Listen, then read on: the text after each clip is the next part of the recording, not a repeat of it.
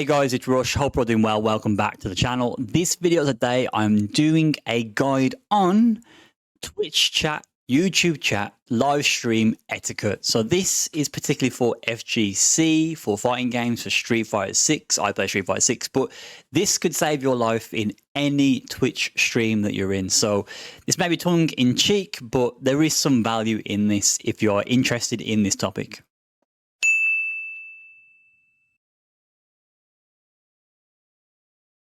So before we get into the video, you may be wondering why I'm wearing a coat. It is summer in the UK, but it's sunny outside, but it's very cold. So the drip check right now, I've got a jacket on, I've got a hoodie on, I have shorts on, and I've got slippers on. I'm just on a madness today.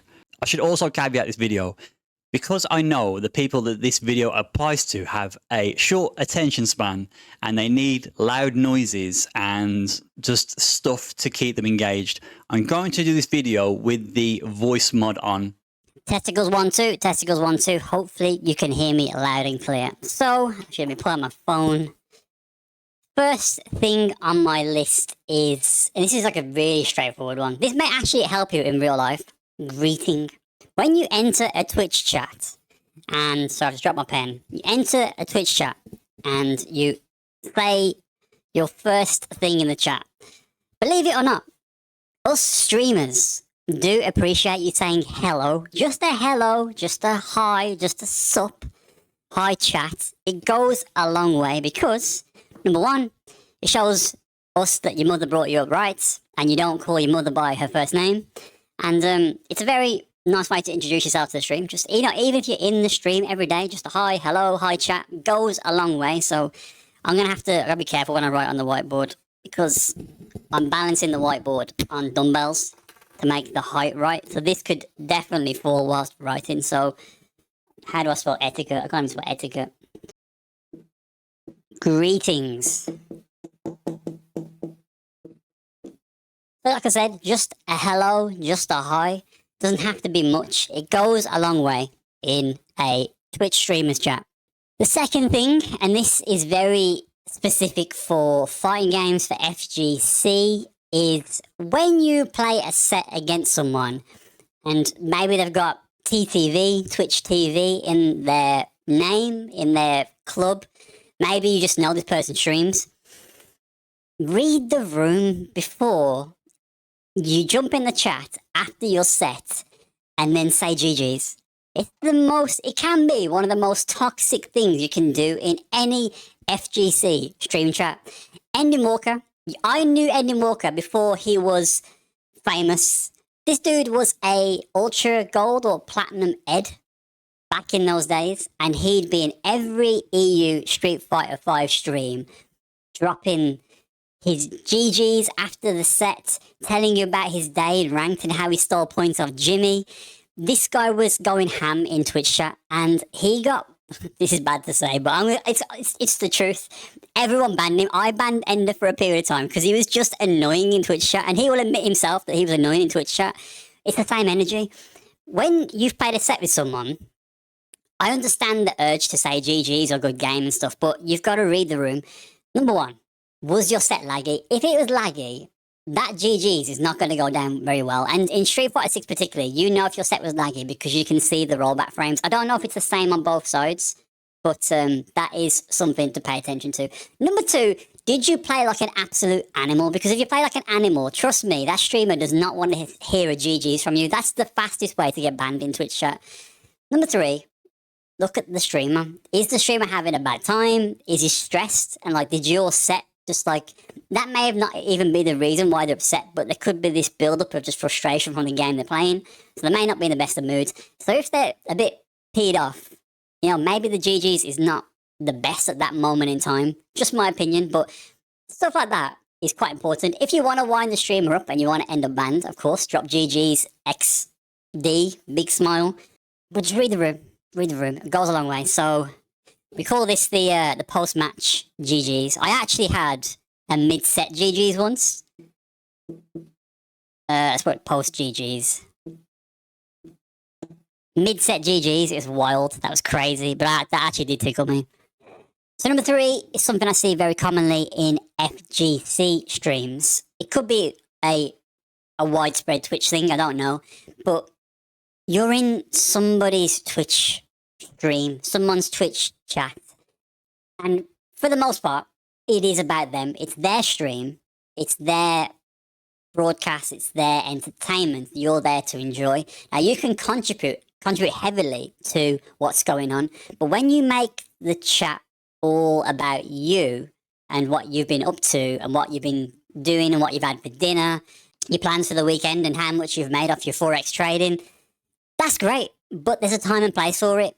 If it's contextual with the stream, if the streamer's talking about something that you can relate to, then that makes total sense to talk about whatever you want to share from your perspective in your life. But when people are in Twitch chat and they're not even trying to make the chat about them, but when they're oversharing and making the stream about them and taking over a little bit and not providing any contribution to what's actually going on in the moment, it gets a little weird. And for me, I'll give you an example. Now, I'm not flexing, but I will go to people's Twitch chat and people may recognize me and they'll be like, oh, there's Rush, that hard stuck 1500 Ken. Oh, there's Rush, that guy on this control pad, 6-button, 5-pad journey. People will recognize me and I'll say hi. They say hi back. And I try not to overly engage in conversation about me or whatever I'm up to in Twitch chat because I'm conscious that this is not my stream. This is not about me. And people may think I'm weird for saying that, but it's just manners. I'm in the Twitch chat. I say hello. I say hi to anyone that responds back, but then I'm engaging what the streamer's doing. And I do think that's very good manners to have in the Twitch chat. You haven't got to do what the streamer's doing. You haven't got to follow their narrative to the dot, but contribute to what's sort of going on, read the room, and just be a part of the journey. It's not about us all the time. It's about, it's their stream. If you want to stream, if you want to talk about madness, boot your stream up. It's as simple as that. Number 4, this one pees me off. Hence the big 4. Coaching, !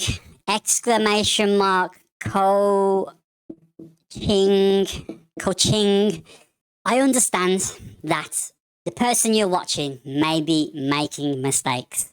They may not be familiar with certain things. And I do feel like tips are really good. You can definitely learn as a streamer from viewers in Twitch chat when it's very small, digestible bits of information whilst you're playing. But where you have people criticizing every single thing that you're doing gameplay-wise, again, this is FGC, fighting games, when they're analyzing everything and saying oh, you should have done that, bro. Oh, if you just done this. Hindsight. It's very challenging to play a fighting game on stream whilst you've been engaging with chat. Now, I experience this quite a lot, and I have a thing on my channel where it pops up in the chat, says tips are fine, but if you're going to go on the long coaching, if you're going to become a Metafy coach and give me essays in the chat, I'm not going to digest it, and it's going to distract me from the stream. Again, it goes back to sort of read the room. It's not about you, and flexing your knowledge is not really going to get you clout. Tips are helpful, but where you're taking over the stream with your long-winded essay advice, it's not going to go down very well. And sometimes the streamers will ask, they're I think on my last stream I asked about some frame data and the chat was on it straight away. And again, that's good engagement. I raise a question, chat were on it straight away. But where you're giving unsolicited advice and that's all you're doing in the chat, it gets annoying really, really quickly. And the last one, very, very straightforward. Just have fun. You're there to enjoy the streamer's content. Here to have fun. You're there to have fun. Reference. You're there to have fun. So be a part of the stream, be a part of that community and contribute, but enjoy it. Don't make it all about you. Try to fit in with the vibe of the streamer and the stream and the chat. Be a part of the chat community and the streamers community. And if you do that, not only will you help them grow, if you do start streaming yourself, then you will inherit some of that community because you started doing your own thing. People from the other streamers' chat will know you from that chat. They'll branch out into your stream. So you can grow your platform being a part of other communities. And that's a big thing that people overlook with Twitch. If you're trying to do Twitch yourself, if you're trying to start content, start your channel, That's a great way to build your channel, by being a part of other communities and helping them build their community whilst you're building your own community. It's where I see growth the most with people who start streaming. Just be a part of a community to build your own community. It goes a long way. And that's it for the video, guys. A little tongue in cheek, but there is value in what I'm sharing here. I do feel that some people just don't know how to show manners, maybe because it's the online environments and you feel like maybe manners aren't quite as necessary. They are. Streamers notice if someone's got manners, if someone contributes to their content, to their stream, and it is valued. So you can be a part of a community. You can be somebody who's noteworthy within the community by just having chat, Twitch, YouTube etiquette. Thanks for watching, guys. Hope you enjoyed. Catch you next one. Take care.